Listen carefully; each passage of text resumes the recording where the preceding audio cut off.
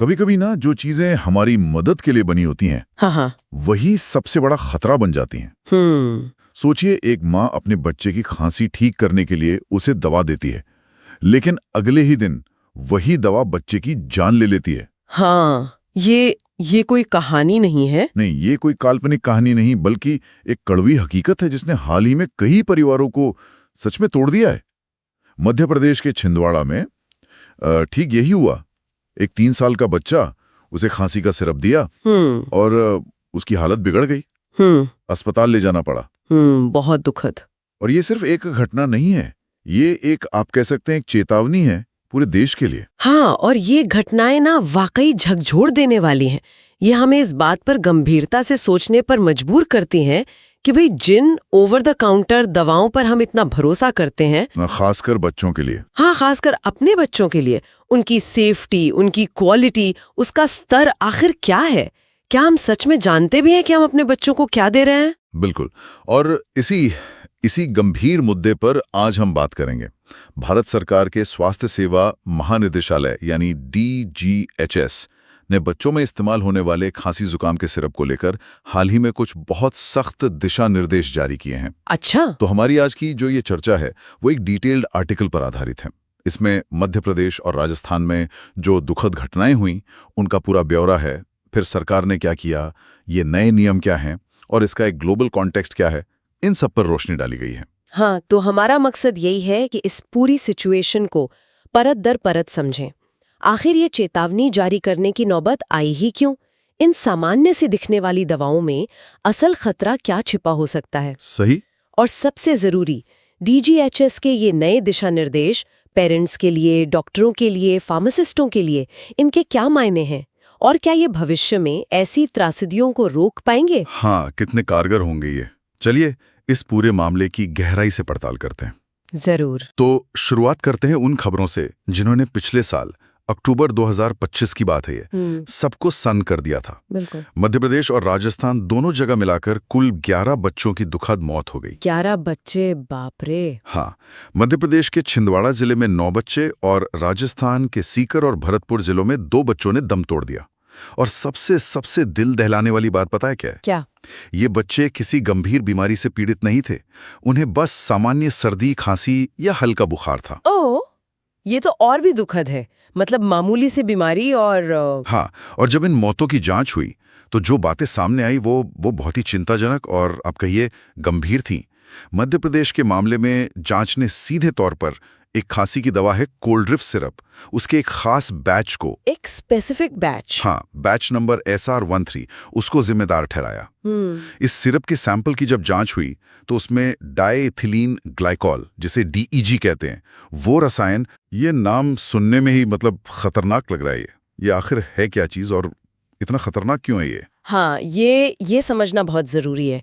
देखिए, DEG जो है वो एक इंडस्ट्रियल केमिकल है। अच्छा, इंडस्ट्रियल? जी हाँ, मतलब उद्योगों में इस्तेमाल होने वाला।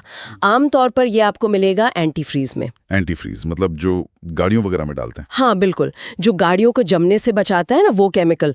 और औद्योगिक सॉल्वेंट्स में, मतलब फैक्ट्रियों में इस्तेमाल होने वाला घोलक, ये इंसानी शरीर के लिए आप समझिए बेहद जहरीला है। अच्छा।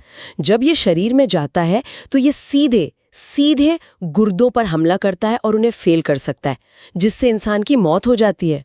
और बच्चों के मामले में तो ये और भी ज्यादा घातक साबित होता है, क्योंकि उनका शरीर वो इस जहर को बिल्कुल बर्दाश्त नहीं कर पाता। मतलब खांसी ठीक करने वाली दवा में वो केमिकल मिला दिया जो गाड़ियों के रेडिएटर में इस्तेमाल होता है? ये तो यकीन नहीं होता। दुर्भाग्य से हाँ, और ये मिलावट जानलेवा साबित हुई। जैसे ही ये बात सामने आई, मध्य प्रदेश सरकार ने फौरन एक्शन लिया और उस दवा कंपनी के सभी प्रोडक्ट्स की बिक्री और डिस्ट्रीब्यूशन पर रोक लगा दी। ये समझना भी जरूरी है कि ऐसी मिलावट होती क्यों है। कई बार ये कॉस्ट कटिंग के चक्कर में होता है, जब दवा बनाने वाली कंपनियां सस्ते इंडस्ट्रियल ग्रेड के सॉल्वेंट्स का इस्तेमाल कर लेती हैं फार्मास्यूटिकल ग्रेड की शुद्ध सामग्री की जगह। ये सीधे तौर पर क्वालिटी कंट्रोल और जो मैन्युफैक्चरिंग प्रोसेस है, GMP जिसे कहते हैं, गुड मैन्युफैक्चरिंग प्रैक्टिसेस, उसमें भारी चूक का संकेत है। ये तो हुई मध्य प्रदेश की बात। जी। राजस्थान में जो 2 मौतें हुई, क्या वहां भी यही DEG वजह थी? नहीं, राजस्थान की स्थिति थोड़ी अलग थी, लेकिन चिंताजनक वो भी उतनी ही थी। वहां जो मौतें हुईं वे डेक्स्ट्रोमेथॉर्फिन आधारित खांसी के सिरप से जुड़ी थीं। डेक्स्ट्रोमेथॉर्फिन, जी। ये नाम तो सुना हुआ है। काफी आम है ये खांसी की दवाओं में। वहां नेक्स्ट्रोडियस और डेक्स्ट्रोमेथॉर्फिन हाइड्रोब्रोमाइड सिरप आईपी के कुछ बैच शामिल थे। यहाँ ध्यान देने वाली बात यह है कि डेक्स्ट्रोमेथॉर्फिन खुद अगर सही मात्रा में हो तो जहरीला पदार्थ नहीं है, जैसे डीईजी है। लेकिन समस्या ये है कि ये दवा छोटे बच्चों, खासकर 4-5 साल से कम उम्र के बच्चों के लिए वैसे भी सुरक्षित नहीं मानी जाती, भले ही उसमें कोई मिलावट न हो। अच्छा, ये एक अहम पॉइंट है। डेक्स्ट्रोमेथॉर्फिन तो बहुत सारी खांसी के दवाओं का मेन इंग्रेडिएंट होता है, फिर ये छोटे बच्चों के लिए सुरक्षित क्यों नहीं है? इसकी वजह है बच्चों का मेटाबॉलिज्म, उनका शारीरिक विकास। देखिए, छोटे बच्चों का शरीर और उनके अंग, खासकर लिवर, वो पूरी तरह से विकसित नहीं होते हैं। तो वो डेक्स्ट्रोमेथॉर्फिन जैसी दवाओं को उस तरह से प्रोसेस या मेटाबोलाइज नहीं कर पाते हैं जैसे वयस्क कर पाते हैं। ओके। इसके कारण क्या होता है, दवा की सामान्य डोज भी उनके शरीर में जमा हो सकती है और गंभीर साइड इफेक्ट्स पैदा कर सकती है। कैसे साइड इफेक्ट्स? जैसे बहुत ज्यादा नींद आना, चक्कर आना, मतली, उल्टी और सबसे खतरनाक, सांस लेने की गति धीमी हो जाना या रुक जाना, जिससे बच्चे की जान भी जा सकती है। सांस रुक जाना? बाप रे। हाँ, इसीलिए कई डेवलप्ड कंट्रीज में भी इसे छोटे बच्चों को देने की सलाह नहीं दी जाती है। तो मतलब एक तरफ तो जहरीली मिलावट का खतरा जैसे डीईजी का, और दूसरी तरफ सही दवा भी अगर गलत उम्र में दी जाए तो वो भी खतरनाक। ये वाकई आंखें खोलने वाली बात है। बिल्कुल। तो इन भयानक घटनाओं के बाद सरकार की तरफ से क्या रिएक्शन आया? जाहिर है इतने बड़े संकट के बाद कुछ ठोस कदम तो उठाने ही थे। निश्चित रूप से इन त्रासदियों ने, आप कह सकती हैं, स्वास्थ्य अधिकारियों को जगाया। 3 अक्टूबर 2025 को स्वास्थ्य सेवा महानिदेशालय DGHS ने बच्चों के लिए खांसी और जुकाम की दवाओं के इस्तेमाल को लेकर नए और मैं कहूँगा बेहद कड़े दिशा निर्देश जारी किए। अच्छा, कड़े दिशा निर्देश। हाँ, ये गाइडलाइंस बहुत स्पष्ट हैं और उम्र के हिसाब से दवाओं के इस्तेमाल पर सख्त पाबंदियां लगाती हैं। ये सिर्फ एक सलाह नहीं है, इसे एक महत्वपूर्ण पॉलिसी चेंज के तौर पर देखा जाना चाहिए। ये पाबंदियां क्या हैं? ये तो हर माता पिता और डॉक्टर, फार्मासिस्ट सबके लिए जानना बहुत जरूरी है। हाँ बिल्कुल। सबसे पहली और सबसे महत्वपूर्ण बात, 2 साल से कम उम्र के बच्चे, ओके, अंडर 2, हाँ, उनको खांसी जुकाम के लिए किसी भी तरह का कॉम्बिनेशन कफ सिरप बिल्कुल नहीं देना है। Absolutely not. DGHS ने साफ कहा है कि इस उम्र में इन दवाओं से गंभीर साइड इफेक्ट्स का खतरा बहुत ज्यादा है, जबकि इनके फायदे का कोई ठोस वैज्ञानिक प्रमाण है ही नहीं। मतलब खतरा असली है, फायदा शायद नहीं। सही, खतरा वास्तविक है, फायदा संदिग्ध। ठीक है, तो 2 साल से कम के लिए तो पूरी तरह मनाही हो गई, और 2 से 5 साल के बच्चों के लिए? 5 साल से कम उम्र के बच्चों के लिए भी, यानी 2 से 5 साल के बीच के बच्चों के लिए सलाह यही है कि सामान्यतः ये दवाएं इस्तेमाल न करें। सामान्यता मतलब रूटीन में नहीं। DHS का रुख यहाँ भी बहुत कॉशियस है। उनका कहना है कि इस एज ग्रुप में भी जो संभावित नुकसान है वो किसी भी अनुमानित फायदे से कहीं ज्यादा है। तो जब तक कोई खास मेडिकल वजह ना हो और डॉक्टर की साफ सलाह ना हो, इन दवाओं से बचना ही बेहतर है। तो फिर 5 साल से बड़े बच्चों का क्या उन्हें ये सिरप दिए जा सकते हैं? हाँ, लेकिन उसमें भी बहुत सारी शर्तें और सावधानियां हैं। 5 साल से ज्यादा उम्र के बच्चों को ये दवाएं केवल और केवल डॉक्टर की सख्त निगरानी में ही दी जा सकती हैं। सख्त निगरानी मतलब डॉक्टर पहले जांच करेगा, देखेगा कि दवा की जरूरत है भी या नहीं, और अगर जरूरत है तो कौन सी दवा कितनी मात्रा में कितने समय के लिए देनी है। ये भी साफ कहा गया है कि दवा का इस्तेमाल लिमिटेड टाइम के लिए ही होना चाहिए, वो भी तब जब बिल्कुल जरूरी हो, जिसे कहते हैं अपरिहार्य हो। अच्छा, यानी बिना डॉक्टर की पर्ची के या हल्के फुल्के लक्षणों के लिए इन दवाओं का इस्तेमाल अब नहीं किया जाना चाहिए। ये तो वाकई एक बड़ा बदलाव है सोचने के तरीके में।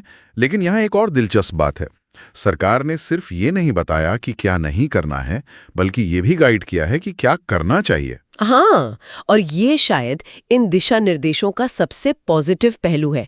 सरकार ने स्पष्ट रूप से कहा है कि बच्चों में सामान्य सर्दी खांसी के लिए पहला कदम हमेशा नॉन ड्रग ट्रीटमेंट होना चाहिए, नॉन ड्रग मतलब? बिना दवा के। हाँ, बिना दवा के। इसका मतलब है बच्चे को पर्याप्त मात्रा में लिक्विड्स देना, पानी, जूस, सूप वगैरह, उसे पूरा आराम देना और सामान्य घरेलू देखभाल करना। जैसे अगर नाक बंद है तो सेलाइन नेजल ड्रॉप्स का इस्तेमाल करना या कमरे में ह्यूमिडिफायर लगाना। अच्छा, होम रेमेडीज टाइप। हाँ बिल्कुल। दवाओं पर तुरंत कूद पड़ने की जो एक आदत सी बन गई थी ना, हाँ, उस पर लगाम लगाने और शरीर की अपनी इम्यूनिटी को काम करने का मौका देने पर जोर दिया गया है। ये पहले दवा नहीं, देखभाल वाला नजरिया है। ये समझना भी जरूरी है कि ये खतरे आखिर काम कैसे करते हैं। हमने डीईजी और डेक्स्ट्रोमेथॉर्फिन की बात की, लेकिन ये बच्चों के शरीर पर ठीक ठीक क्या असर डालते हैं, जिससे मतलब जान तक चली जाती है। हाँ, ये समझना जरूरी है ताकि हम खतरे की गंभीरता को महसूस कर सकें। जैसा हमने पहले बात की, खतरे दो मुख्य तरह के हैं। पहला है डीईजी विषाक्तता, यानी डीईजी टॉक्सिसिटी। हाँ, जो मध्य प्रदेश में हुआ। बिल्कुल। जब बच्चा डीईजी वाला सिरप पीता है तो ये केमिकल उसके खून में मिलता है और तेजी से किडनी तक पहुंचता है। वहां ये किडनी की कोशिकाओं को, सेल्स को नष्ट करना शुरू कर देता है। उन बच्चों में क्या हुआ? शुरुआती लक्षण तो सर्दी खांसी जैसे सामान्य थे, लेकिन सिरप पीने के कुछ समय बाद उनकी हालत अचानक बिगड़ने लगी। उन्हें लगातार उल्टियां होने लगीं, उनका पेशाब बनना बहुत कम हो गया या बिल्कुल बंद हो गया, और कुछ ही दिनों में उनके गुर्दे पूरी तरह फेल हो गए, जिससे उनकी मृत्यु हो गई। Oh my God. ये डीईजी पॉइजनिंग के क्लासिक लक्षण हैं एकदम, तेज गिरावट और किडनी फेलियर। और दूसरा खतरा जो डेक्स्ट्रोमेथॉर्फोन से जुड़ा है, भले भी उसमें मिलावट ना हो। हाँ, दूसरा खतरा डेक्स्ट्रोमेथॉर्फिन के ओवरडोज या सेंसिटिविटी से जुड़ा है, खासकर छोटे बच्चों में। जैसा मैंने पहले बताया, बच्चों का शरीर इसे ठीक से प्रोसेस नहीं कर पाता। हाँ, इसके कारण ये दवा उनके सेंट्रल नर्वस सिस्टम पर असर डाल सकती है। इससे बहुत ज्यादा नींद आना या सुस्ती, चक्कर आना, कंफ्यूजन, मतली, उल्टी हो सकती है। ज्यादा गंभीर मामलों में ये सांस लेने की प्रक्रिया को धीमा कर सकता है, जिसे रेस्पिरेटरी डिप्रेशन कहते हैं, जिससे शरीर को पूरी ऑक्सीजन नहीं मिल पाती। और कुछ रेयर लेकिन भयानक मामलों में ये दौरे पड़ने या बच्चे के कोमा में जाने का कारण भी बन सकता है। कोमा? एक आम खांसी की दवा से? ये तो अविश्वसनीय लगता है। इसीलिए चेतावनी इतनी जरूरी है। ये सब सुनकर तो वाकई रोंगटे खड़े हो जाते हैं।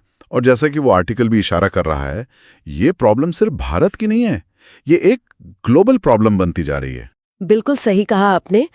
ये एक बेहद चिंताजनक ग्लोबल पैटर्न का हिस्सा है।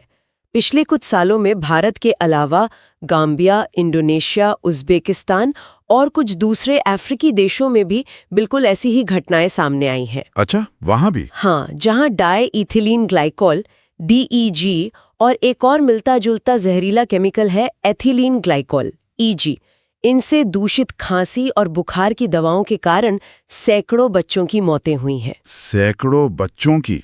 हे भगवान। हाँ, ये घटनाएं दिखाती हैं कि दवा निर्माण में, खासकर डेवलपिंग कंट्रीज में, क्वालिटी कंट्रोल और रेगुलेटरी निगरानी में, मतलब नियमों की देखरेख में गंभीर खामियां हैं। ये दिखाती हैं कि ग्लोबल सप्लाई चेन में कहीं ना कहीं भारी गड़बड़ियां हैं, जिनकी कीमत मासूम बच्चों को अपनी जान देकर चुकानी पड़ रही है। भारत में अकाउंटेबिलिटी तय करने और भविष्य में ऐसी घटनाओं को रोकने के लिए क्या ठोस कदम उठाए जा रहे हैं? डीजीएचएस की गाइडलाइंस के अलावा और क्या हो रहा है? हाँ, तो अगर हम इसे बड़ी तस्वीर में देखें तो डीजीएचएस ने सिर्फ दवाओं के इस्तेमाल पर ही रोक नहीं लगाई है, बल्कि पूरी व्यवस्था को दुरुस्त करने के लिए कई और निर्देश भी दिए हैं। पहला और सबसे महत्वपूर्ण कदम है जीएमपी, यानी गुड मैन्युफैक्चरिंग प्रैक्टिसेस। अच्छी निर्माण प्रक्रियाएं। हाँ, उनका सख्ती से पालन करवाना। निर्देश दिया गया है कि सरकारी अस्पतालों और स्वास्थ्य केंद्रों में केवल उन्हीं कंपनियों की दवाएं खरीदी और इस्तेमाल की जाएं जो जीएमपी मानकों का पूरी तरह पालन करती हैं। अच्छा। जीएमपी ये सुनिश्चित करता है कि दवाएं एक कंट्रोल्ड और सेफ माहौल में सही सामग्री का उपयोग करके बने, जिससे मिलावट या क्वालिटी में कमी का खतरा कम हो। ये तो ही कंपनियों की बात। डॉक्टरों और दवा बेचने वाले केमिस्टों के लिए क्या निर्देश है? क्योंकि अक्सर दवाएं तो वहीं से सीधे मरीज तक पहुंचती हैं, है ना? हाँ, उनके लिए भी बहुत स्पष्ट और सख्त निर्देश है। डॉक्टरों और फार्मासिस्ट को साफ तौर पर कहा गया है कि वे बच्चों के लिए ये खांसी जुकाम के सिरप बिना किसी ठोस मेडिकल जरूरत के ना तो लिखें, प्रिस्क्राइब करें और ना बेचें, डिस्पेंस करें। मतलब बस पेरेंट्स के कहने पर नहीं दे देना है? बिल्कुल नहीं। या हल्की फुल्की खांसी देखकर नहीं देना है। डॉक्टर को पहले पूरी जांच करनी होगी और ये तय करना होगा कि क्या वाकई इस दवा की जरूरत है भी और क्या इसके फायदे संभावित खतरों से ज्यादा हैं। इसके साथ ही सभी राज्य सरकारों और स्वास्थ्य केंद्रों को निर्देश दिया गया है कि वे इन नई गाइडलाइंस को तुरंत लागू करें और सबसे जरूरी, इस बारे में व्यापक जन जागरूकता अभियान चलाएं। हाँ, ये जरूरी है। ताकि ये जानकारी हर घर तक, हर माता पिता तक पहुंच सके। अच्छा, ये बताइए कि जो बच्चों के डॉक्टर हैं, पीडियाट्रिशियंस, वो सरकार के इस कदम से सहमत हैं? उनकी क्या प्रतिक्रिया रही है इस पर? आमतौर पर पीडियाट्रिक कम्युनिटी ने इस कदम का स्वागत किया है। कई बाल रोग विशेषज्ञ तो लंबे समय से इस बात की वकालत कर रहे थे कि भाई छोटे बच्चों में इन खांसी जुकाम की दवाओं का जो अंधाधुंध इस्तेमाल हो रहा है वो बंद होना चाहिए। अच्छा, मतलब वो पहले से कह रहे थे? हाँ, हालांकि कुछ विशेषज्ञों का ये भी मानना है कि ये कदम उठाने में थोड़ी देर हुई है और शायद पहले उठाया जाता तो कुछ जानें बचाई जा सकती हैं। जैसा कि स्रोतलेख में जयपुर के एक अनुभवी बाल रोग विशेषज्ञ हैं डॉक्टर अनुराधा मेहता, उनका जिक्र है। हाँ। उन्होंने एक बहुत महत्वपूर्ण बात कही है और ये हर माता पिता को गांठ बांध लेनी चाहिए कि माता पिता को ये समझना होगा कि हर खांसी का इलाज दवा नहीं होती। कई बार शरीर को इन्फेक्शन से लड़ने और खुद ठीक होने के लिए समय देना जरूरी होता है। सही बात है। जल्दबाजी में बिना सोचे समझे दी गई बाजार की खांसी की सिरप बच्चों के लिए अमृत नहीं बल्कि जहर साबित हो सकती है। वाह, ये तो बहुत पावरफुल स्टेटमेंट है। तो अगर हम इस पूरी चर्चा का सार निकालें तो घर ले जाने वाला मुख्य संदेश या टेक अवे क्या है? मुख्य संदेश बिल्कुल साफ और सीधा है। बच्चों, विशेषकर 5 साल से कम उम्र के बच्चों को खांसी जुकाम की दवाएं, खासकर ये जो कॉम्बिनेशन कफ सिरप आते हैं, उन्हें देते समय बहुत ज्यादा अत्यधिक सावधानी बरतने की जरूरत है। बेहतर है कि बचे। हाँ, बेहतर यही है कि इन दवाओं से बचा जाए। सामान्य सर्दी खांसी में दवा देने से पहले आराम, खूब सारे तरल पदार्थ, पानी, सूप, जूस और घरेलू देखभाल जैसे उपायों को प्राथमिकता दें। और अगर बच्चे की तकलीफ ज्यादा लगे या कुछ दिन में ठीक ना हो तो हमेशा डॉक्टर की सलाह लें। डॉक्टर की सलाह के बिना केमिस्ट से पूछकर या खुद से कोई भी दवा, खासकर खांसी की सिरप, बच्चों को बिल्कुल ना दे। ये सलाह तो बहुत स्पष्ट है, लेकिन यहाँ कुछ बड़े सवाल भी उठते हैं, जैसा कि उस लेख में भी पूछा गया है। क्या ये दिशा निर्देश जमीनी हकीकत में पूरी तरह लागू हो पाएंगे? ये एक बड़ा सवाल है। हाँ, ये सवाल बहुत जायज है और महत्वपूर्ण भी। यही असली चुनौती है। पहला सवाल तो ये कि क्या इन नए दिशा निर्देशों के बावजूद हमारे बच्चे अनजाने में सर्दी जुकाम की साधारण दवा के नाम पर मिलने वाले खतरे से पूरी तरह सुरक्षित हो पाएंगे? क्योंकि जानकारी का अभाव या पुरानी आदतें, उन्हें बदलने में समय लगता है। सही है। और दूसरा बड़ा सवाल है एनफोर्समेंट का। क्या छोटे शहरों, कस्बों और गांवों में जो हजारों मेडिकल स्टोर्स हैं, जहां शायद निगरानी उतनी सख्त ना हो, क्या वहां इन सलाहों का वास्तव में पालन सुनिश्चित किया जा सकेगा? ये एक बहुत बड़ा प्रैक्टिकल चैलेंज है। और तीसरा और शायद सबसे बड़ा सवाल, जिसका इशारा आपने पहले भी किया था, क्या दवा बनाने वाली कंपनियां, क्या वो अब वाकई क्वालिटी कंट्रोल को अपने बिजनेस प्रॉफिट से ऊपर रखेंगे? हाँ, क्योंकि डीईजी जैसी घातक मिलावट, ये अक्सर या तो लापरवाही होती है या फिर कॉस्ट कटिंग का नतीजा। क्या हमारी रेगुलेटरी एजेंसियां इतनी सख्ती बरत पाएंगी कि कंपनियां मानकों का पालन करने पर मजबूर हों? बिल्कुल। ये अनसुलझे सवाल हमें याद दिलाते हैं कि सिर्फ गाइडलाइंस जारी कर देना ही काफी नहीं है। उनका प्रभावी इम्प्लीमेंटेशन, लगातार मॉनिटरिंग, नियमों का उल्लंघन करने वालों के खिलाफ सख्त कार्रवाई और सबसे बढ़कर पेरेंट्स और हेल्थ प्रोफेशनल्स के बीच लगातार जागरूकता पैदा करना। हाँ, कंटिन्यूअस अवेयरनेस। ये सब मिलकर ही हमारे बच्चों को इस तरह के खतरों से बचाने में मदद कर सकते हैं। यह एक सतत प्रक्रिया है, एक ऑनगोइंग प्रोसेस। बिल्कुल। अंत में डीजीएचएस की ये सलाह और ये जो दुखद घटनाएं हुई, ये हमें एक बहुत ही बेसिक लेकिन महत्वपूर्ण सबक सिखाती हैं। बच्चों के स्वास्थ्य के मामले में जल्दबाजी अक्सर खतरनाक होती है। सावधानी ही सबसे बड़ी दवा है। सही कहा। अगली बार जब बच्चे को खांसी जुकाम हो तो तुरंत सिरप की बोतल की तरफ भागने के बजाय शायद एक पल रुक कर सोचना, बच्चे को थोड़ा ज्यादा प्यार और आराम देना और जरूरत पड़ने पर डॉक्टर से सलाह लेना ही सबसे बेहतर और सबसे सुरक्षित रास्ता हो। और शायद ये पूरी स्थिति हमें एक बड़े मुद्दे पर भी सोचने का मौका देती है। वो है हमारी ओवर द काउंटर ओटीसी दवाओं पर बढ़ती निर्भरता। हाँ, खासकर बच्चों जैसे सेंसिटिव ग्रुप्स के लिए। कितनी आसानी से हम छोटी-मोटी तकलीफों के लिए तुरंत दवा का सहारा ले लेते हैं, अपने लिए भी और अपने बच्चों के लिए भी, है ना? हाँ, ये तो है। सिरदर्द हुआ, गोली खा ली, खांसी हुई, सिरप पी लिया। बिल्कुल। जबकि कई बार शायद थोड़ा धैर्य रखना, शरीर को खुद ठीक होने का मौका देना और सही देखभाल करना न केवल ज्यादा सुरक्षित होता है, बल्कि लंबे समय में बेहतर भी साबित हो सकता है। यह निश्चित रूप से सोचने का विषय है कि क्या हम तुरंत आराम की चाहत में कहीं बड़े जोखिम तो नहीं उठा रहे? ये वाकई एक गहरा सवाल है सोचने के लिए।